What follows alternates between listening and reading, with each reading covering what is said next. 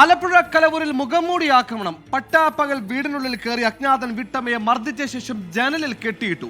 Kattoor Puthenpurackal തങ്കമ്മയാണ് ആക്രമണത്തിനിരായത്. Mannancheri police മുഖംമൂടിക്കാരനായി അന്വേഷണം ഊർജിതമാക്കിയിട്ടുണ്ട്.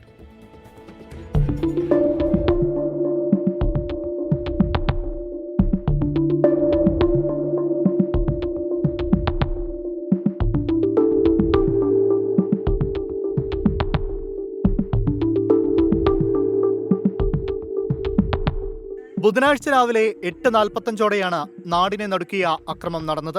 രാവിലെ അടുക്കളയിൽ ഭക്ഷണം പാചകം ചെയ്യുകയായിരുന്നു തങ്കമ്മ. മുഖംമൂടി ധരിച്ച് പുറകിലൂടെ വന്ന അജ്ഞാതൻ തങ്കമ്മയെ ആക്രമിച്ചു. നിലത്ത് വീണ തങ്കമ്മയെ ജനലിൽ കെട്ടിയിടുകയായിരുന്നു. പിന്നീട് കയ്യും കാലും അനക്കാൻ കഴിയാത്ത വിധം തുണി ഉപയോഗിച്ച് കെട്ടി. അരിയും പാത്രം കൊണ്ട് ഞാൻ ചെതറി വീഴുകയാണ് ചെയ്തത്.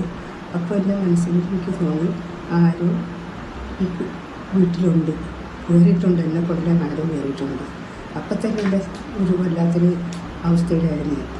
ഞാനിങ്ങനെ തിരിഞ്ഞിങ്ങനെ നോക്കിയിട്ട് വീട്ടൊരു വെട്ട് പോലെ വരുന്നു. ഇത് കൊണ്ടേം കൊണ്ട് അടിയുന്നത്. അതിനാൽ ഞാൻ ഗ്രാനൈറ്റ് വെച്ച് അടിച്ചതിൻ്റെ പാടാണ് ഇത് കാണുന്നത്. ഉച്ചയോടെ മകനെത്തിയപ്പോഴാണ് തങ്കമ്മയെ ബോധരഹിതയായി ജനലിൽ കെട്ടിയിട്ട നിലയിൽ കാണുന്നത്.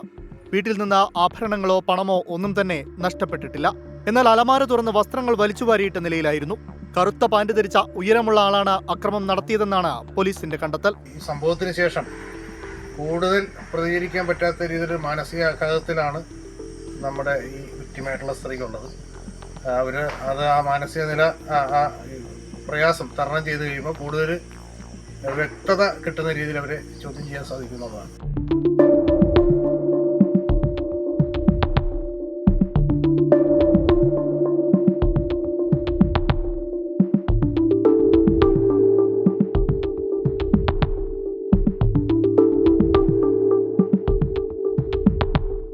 വീടും പരിസരവും നന്നായി അറിയാവുന്ന ആളാണ് പിന്നിലെന്ന് പോലീസ് സംശയിക്കുന്നുണ്ട്.